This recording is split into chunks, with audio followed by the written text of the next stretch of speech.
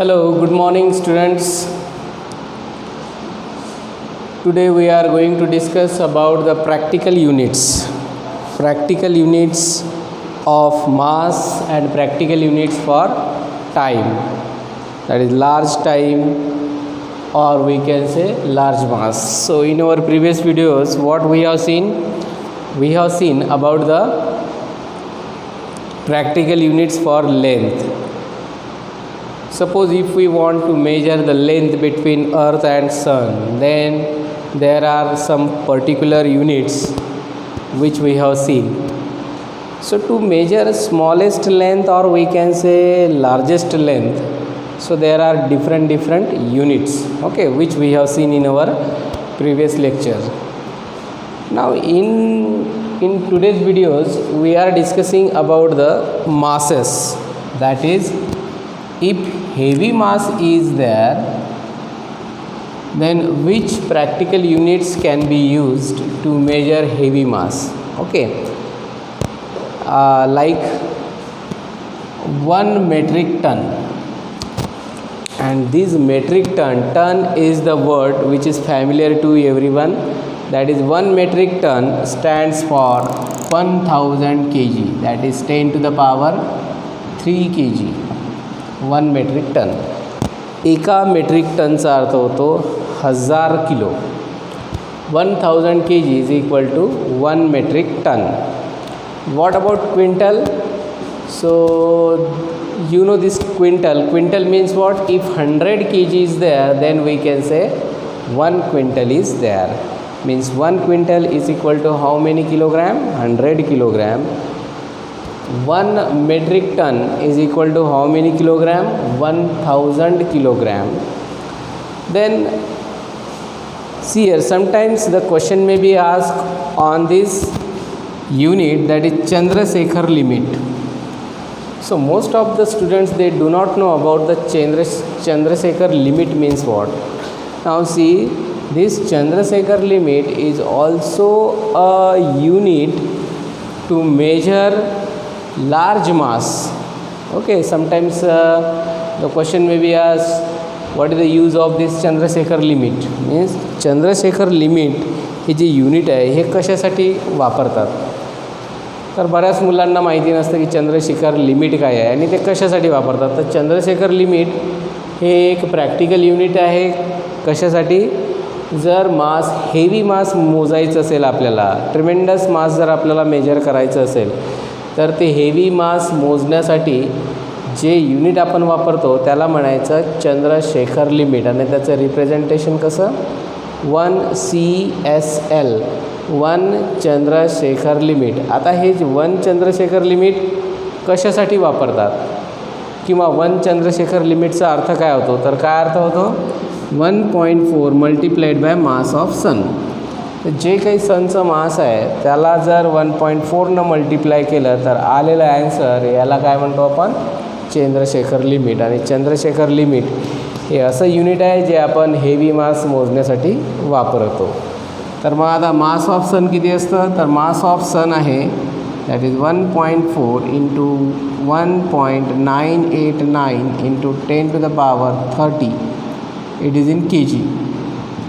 So this one is the Chandrasekhar limit, that is 1.4 multiplied by 1.989 into 10 to the power 30. 10 to the power 30, 30. So 10 to the power 30, it is in kilogram.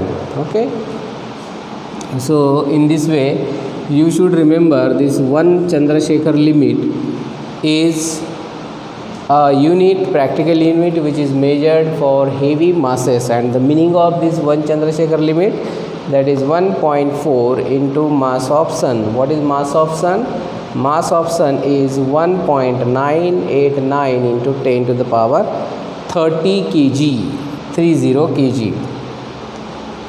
So these three are the unit of masses, but that mass must be heavy.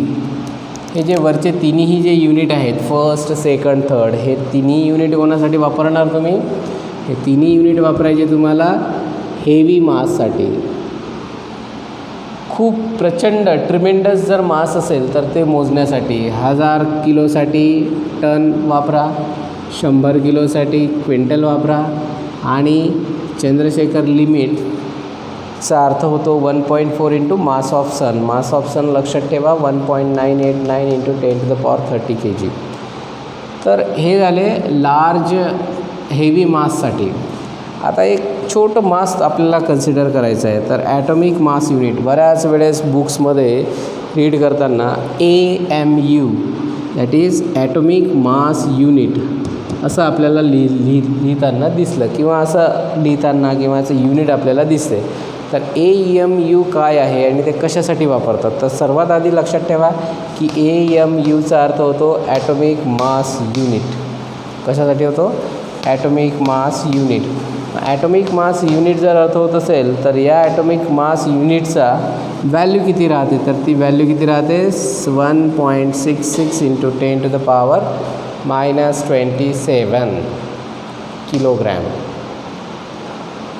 1.66 into 10⁻⁻27 kilogram म्हणजे एवढं छोटं किंवा एवढं एकदम smallest मास जर major करायचं असेल तर आपल्याला AMU हे वापरावं लागेल. साधारणतः AMU कुठं वापरतात. एखाद्या ऑब्जेक्टचं मास खूपच कमी आहे, एकदम स्मॉलेस्ट मास जर असेल एखाद्या ऑब्जेक्टचं तर तिथं AMU वापरतात. पण जनरली कुठं वापरतो आपण. ॲटॉमिक वेट असेल किंवा न्यूक्लिअर वेट असेल आहे ना, न्यूक्लिअर मास असेल, ॲटॉमिक मास असेल, तर हे जे ॲटॉमिक मास असेल किंवा न्यूक्लिअर मास असेल हे कुठं वापरतो आपण. हे वापरतो ॲटॉमिक मास आणि ॲटॉमिक मास आणि न्यूक्लिअर मास मेजर करण्यासाठी. आणि न्यूक्लिअर मास म्हणजे एवढे छोटे छोटे मास जर आपल्याला मेजर करायचे असतील, न्यूक्लियसचं मास आपल्याला मेजर करायचं असेल किंवा ॲटमचं मास आपल्याला मेजर करायचं असेल तर ॲटमचं मास आणि न्यूक्लियसचं मास हे दोन्ही मास कोणत्या युनिटमध्ये मोजायचे. AMU म्हणजे ॲटॉमिक मास युनिटमध्ये. आणि एका ॲटॉमिक मास युनिटची व्हॅल्यू किती राहते 1.66 इंटू 10⁻⁻27 kg. तर हे सगळेच्या सगळे जे काही प्रॅक्टिकल युनिट्स आहेत ते आपल्याला लक्षात कशासाठी ठेवायचे आहेत. ते आपल्याला प्रॉब्लेम प्रॅक्टिससाठी लक्षात ठेवायचे आहेत की एका ॲटॉमिक मास युनिटची व्हॅल्यू किती, एका चंद्रशेखर लिमिटची व्हॅल्यू किती, 1 क्विंटलची व्हॅल्यू किती, 1 टनची व्हॅल्यू किती, 1 मेट्रिक टनची व्हॅल्यू किती. तर ह्या व्हॅल्यूज ज्या आहेत त्या आपल्याला प्रॉब्लेम प्रॅक्टिससाठी उपयोगी ठरतील. ठीक आहे. तर सर्व मुलांनी प्रॅक्टिकल युनिट्स लक्षात ठेवायचे. हेवी मासचं आणि स्मॉलेस्ट मास जर मेजर करायचं असेल तर ॲटॉमिक मास युनिट एवढं लक्षात ठेवायला पाहिजे मासेसच्या संदर्भात. हेवी असेल किंवा स्मॉलेस्ट असेल, लार्ज मास असेल किंवा स्मॉलेस्ट मास असेल. आता आपण जाऊ टाईमकडे.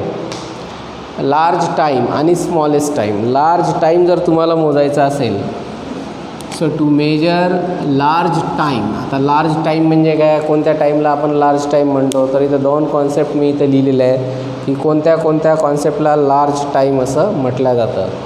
तर पहिला जो आहे तो आहे सोलार इयर.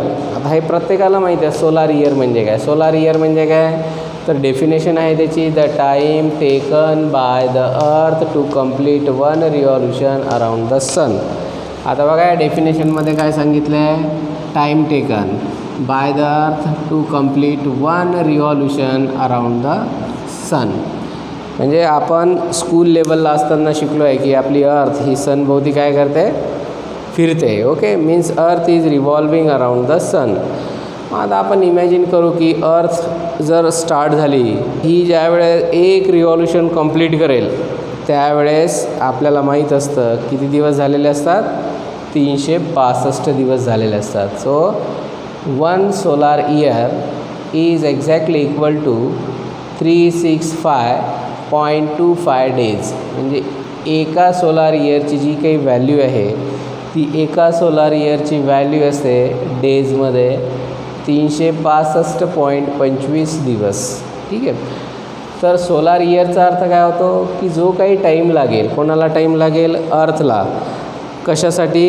एक रिव्हॉल्यूशन कंप्लीट करण्यासाठी. पण ती जी रिव्हॉल्यूशन अर्थ करणार आहे ती रिव्हॉल्यूशन कोणाभोवती असली पाहिजे? सनच्या भोवती असली पाहिजे. ठीक आहे ना. The time taken by the earth to complete one revolution around the sun that is called as solar year.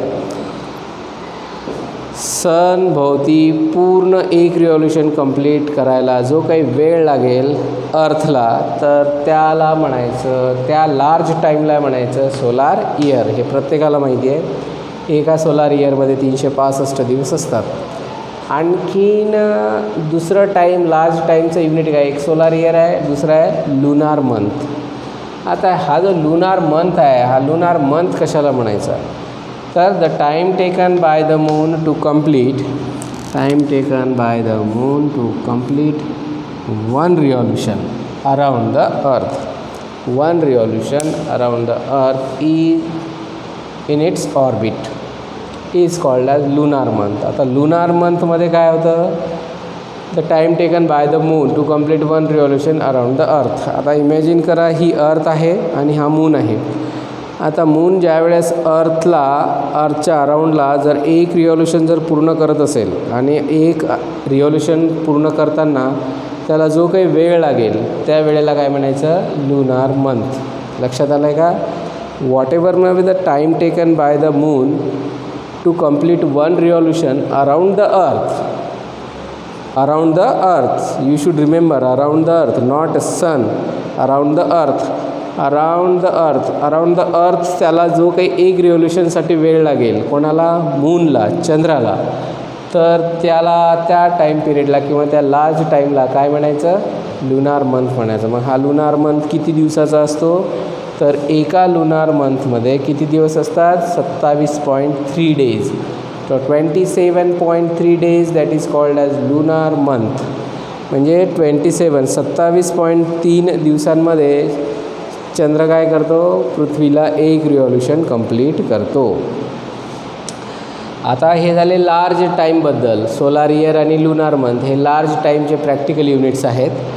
आता जर स्मॉलेस्ट टाईम जर तुम्हाला मेजर करायचं असेल, म्हणजे जनरली आपण टाईमसाठी जे काही युनिट वापरतो ते काय वापरतो? सेकंदच वापरतो. ठीक आहे. परंतु तुमच्या लक्षात असलं पाहिजे की स्मॉलेस्ट युनिट ऑफ टाईम जो काही आहे तो काय आहे? शेक. SHAKE, शेक. SHAKE, शेक. तर शेक जो आहे तो आहे स्मॉलेस्ट युनिट ऑफ टाईम. या टाईमचं सगळ्यात स्मॉलेस्ट जर युनिट काही असेल तर ते काय? शेक. आणि एका शेकचा अर्थ काय होतो? एका शेकची व्हॅल्यू काय होते? 10⁻⁻8. So 1 shake is exactly equal to 10⁻⁸ second. लक्षात येत आहे का? 1 shake is exactly equal to 10⁻⁸ second. म्हणजे एका शेकची जर व्हॅल्यू तुम्हाला माहिती पाहिजे, 1 shake is equal to 10⁻⁸ second. म्हणजे बऱ्याच मुलांना वाटतं की सेकंद हे सर्वात लहान युनिट आहे टाईमचं, पण तसं नाही आहे. सेकंद जे आहे, सेकंदपेक्षाही एक स्मॉलेस्ट युनिट आहे टाईमसाठी, तर ते स्मॉलेस्ट युनिट काय आहे? शेक. SHAKE, शेक म्हणजे काय? It is the smallest unit of time and 1 shake is equal to 10⁻⁸ second. तर आजच्या व्हिडिओजमध्ये बरेच आपण असे प्रॅक्टिकल युनिट्स बघितले जे हेवी माससाठी वापरतो, स्मॉलेस्ट माससाठी वापरतो, त्यानंतर लार्ज टाईमसाठी वापरतो, स्मॉलेस्ट टाईमसाठी वापरतो. ठीक आहे. तर हे जे प्रॅक्टिकल युनिट्स आहेत हे सर्वांनी लक्षात ठेवायला पाहिजे.